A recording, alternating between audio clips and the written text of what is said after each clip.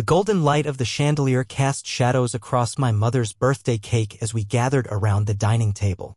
I could feel the familiar weight settling on my shoulders, that crushing pressure that always seemed to accompany family dinners. At 26, I'd grown accustomed to the invisible strings of obligation that pulled at me whenever we came together like this.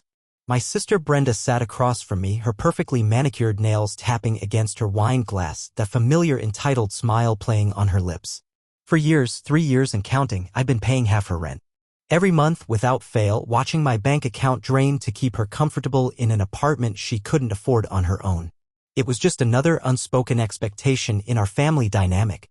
"Mom, happy birthday," I said, trying to keep my voice light as I handed over my gift, a silver bracelet I'd been saving up for months to buy. "Thank you, sweetheart," she whispered, her eyes crinkling at the corners. For a moment, I felt seen. Then Brenda cleared her throat. "So, I've been thinking about getting a new car." And just like that, the spotlight shifted. My father's face lit up as he turned to her. "Oh? What kind are you thinking?"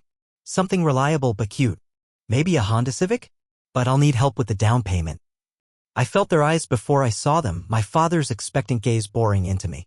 "Well," he said, gesturing toward me with his fork, "I'm sure your brother can help you out. Right, son?" Something inside me cracked.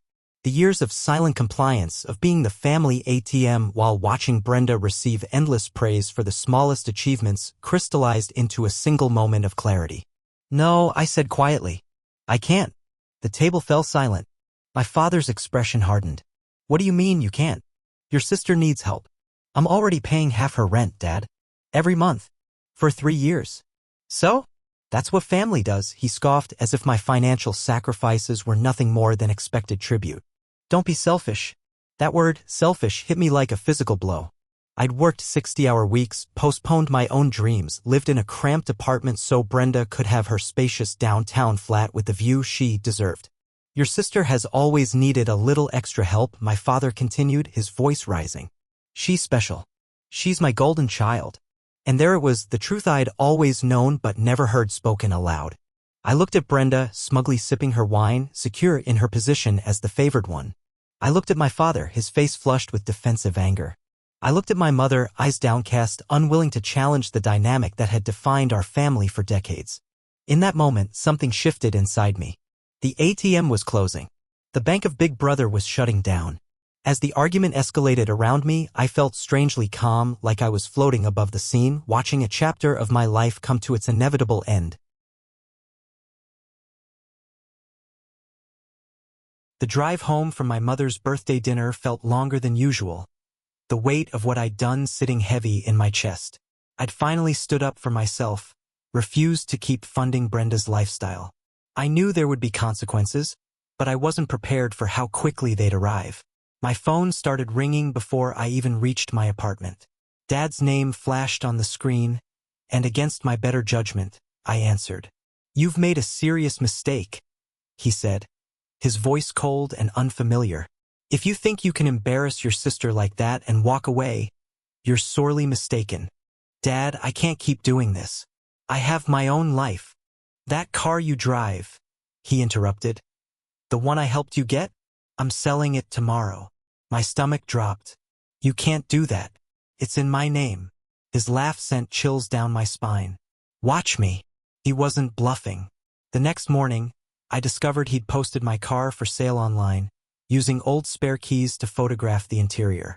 When I confronted him, demanding he take down the listings, he simply shrugged, as if my property was just another family resource he could redistribute at will.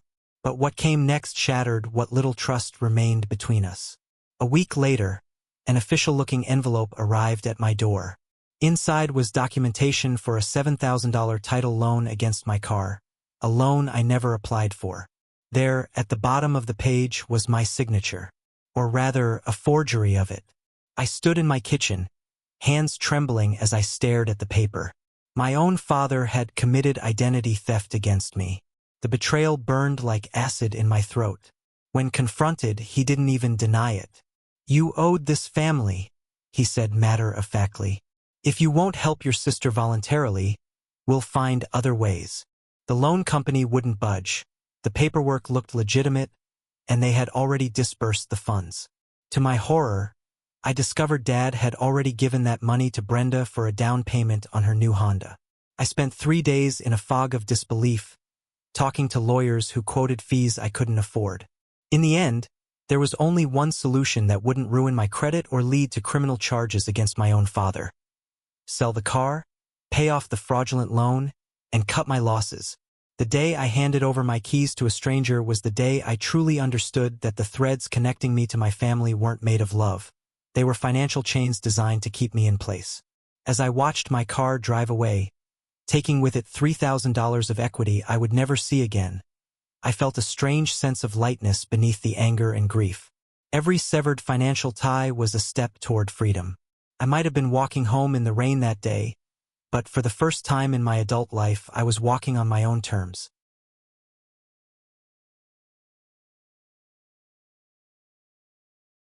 I always thought rock bottom had a floor, but apparently it has a basement too. The morning I checked my banking app and saw unusual activity, a cold dread settled in my gut. Multiple withdrawals, none made by me, systematically draining the family savings account I'd been contributing to since my first summer job at 16. The same account that was supposed to be my safety net. The same account my father had assured me was building our family's future. Scrolling through the transaction history felt like watching a slow-motion car crash. 200 here, 500 there, smaller amounts that wouldn't trigger alerts but added up to thousands over time. My hands trembled as I recognized the pattern. These withdrawals aligned perfectly with Brenda's recurring financial emergencies. Without allowing myself to second-guess, I drove to the bank and withdrew every last cent, $7.853, before closing the account entirely. The teller's concerned glance only intensified my shame. How had I been so blind? My phone rang before I even reached the parking lot. What the hell do you think you're doing? Dad's voice was barely recognizable, a desperate fury replacing his usual calculated tone. That money was keeping this family afloat. My money, I corrected him, surprised by the steadiness in my voice. And you stole it. We're behind on the mortgage, he admitted, his anger giving way to panic. Your mother doesn't know. Brenda's credit cards are maxed out. If you don't put that money back, This isn't my problem anymore, I said, ending the call as I reached my car. I thought that was the end of it. I was wrong. 3 days later, I returned home from work to find my apartment door slightly ajar. Inside, drawers hung open, possessions scattered. At first, I thought it was a random break-in until I noticed what was missing: my grandfather's vintage watch, my laptop, and the emergency cash I kept hidden in my closet.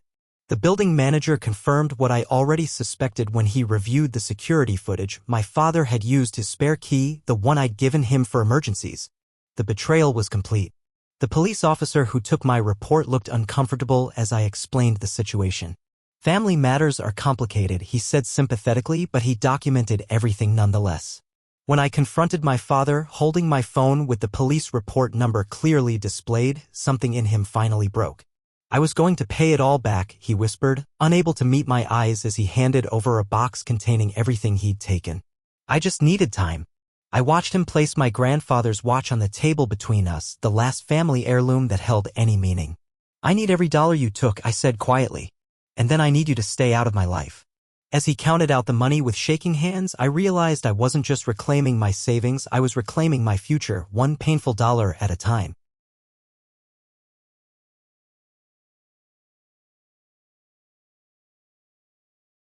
They say the hardest promises are the ones we make to ourselves. For weeks after the confrontation with my father, I found myself suspended in limbo, unable to move forward but knowing I could never go back.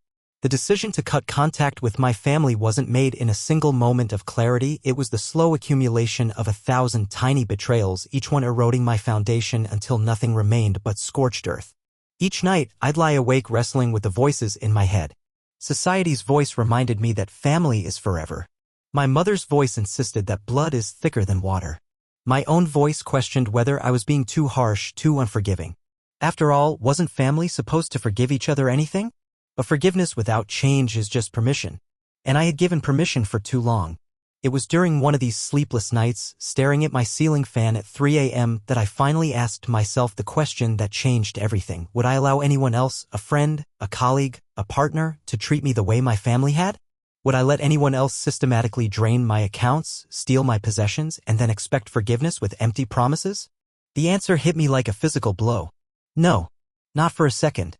In that moment of clarity, I understood that nothing would change unless I changed it. The pattern was too established, the roles too familiar.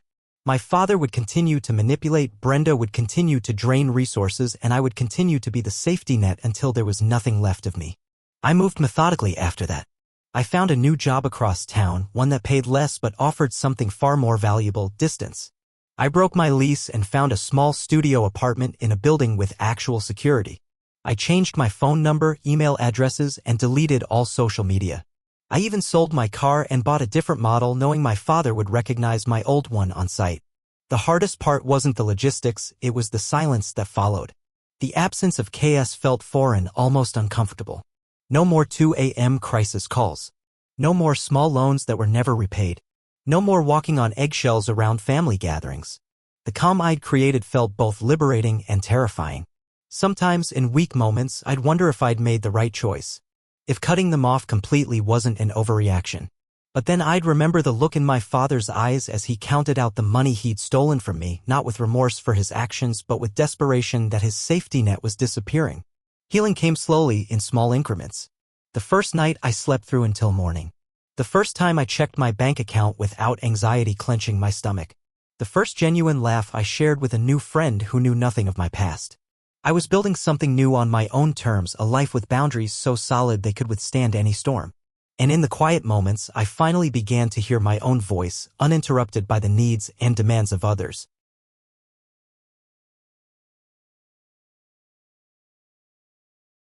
I never expected to see her again. Yet there she was, standing in the produce section of a grocery store I rarely visited, examining avocados with the same focused expression she'd worn when checking my homework decades earlier. My mother, 5 years since I'd last seen her, looking somehow both exactly the same and completely different. Time slowed as our eyes met across pyramids of fruit. My body tensed, preparing for the familiar dance of guilt and obligation. But something had shifted in the universe. Instead of averting her gaze or launching into accusations, she simply stood there, avocado forgotten in her hand. "David," she said, my name sounding like a complete sentence on its lips. Not a question, not an exclamation, just an acknowledgement that I existed. I nodded, my shopping basket suddenly heavy in my grip. "Mom." We moved to the coffee shop inside the store by unspoken agreement, sitting across from each other with paper cups between us like meager shields. "I failed you," she said finally, her voice steady but her fingers trembling around her cup. "I should have protected you, and I didn't. There's no excuse good enough for that." The words I'd imagined hearing for years landed differently than I'd expected. There was no triumphant vindication, no collapse of emotion. Just a quiet recognition of truth that had been there all along. She told me Brenda had a child now, a little boy she'd named David, that she was 18 months sober and working at a recovery center, that our father had passed away last winter after a short illness. She offered these facts without expectation, like weather reports from a country I no longer lived in. "I'm not asking for forgiveness," she said. "I just wanted you to know that I understand why you left. And that you were right to go." We sat in silence then, the afternoon light shifting around us. I felt something unravel inside me. Not forgiveness exactly, but something adjacent to it.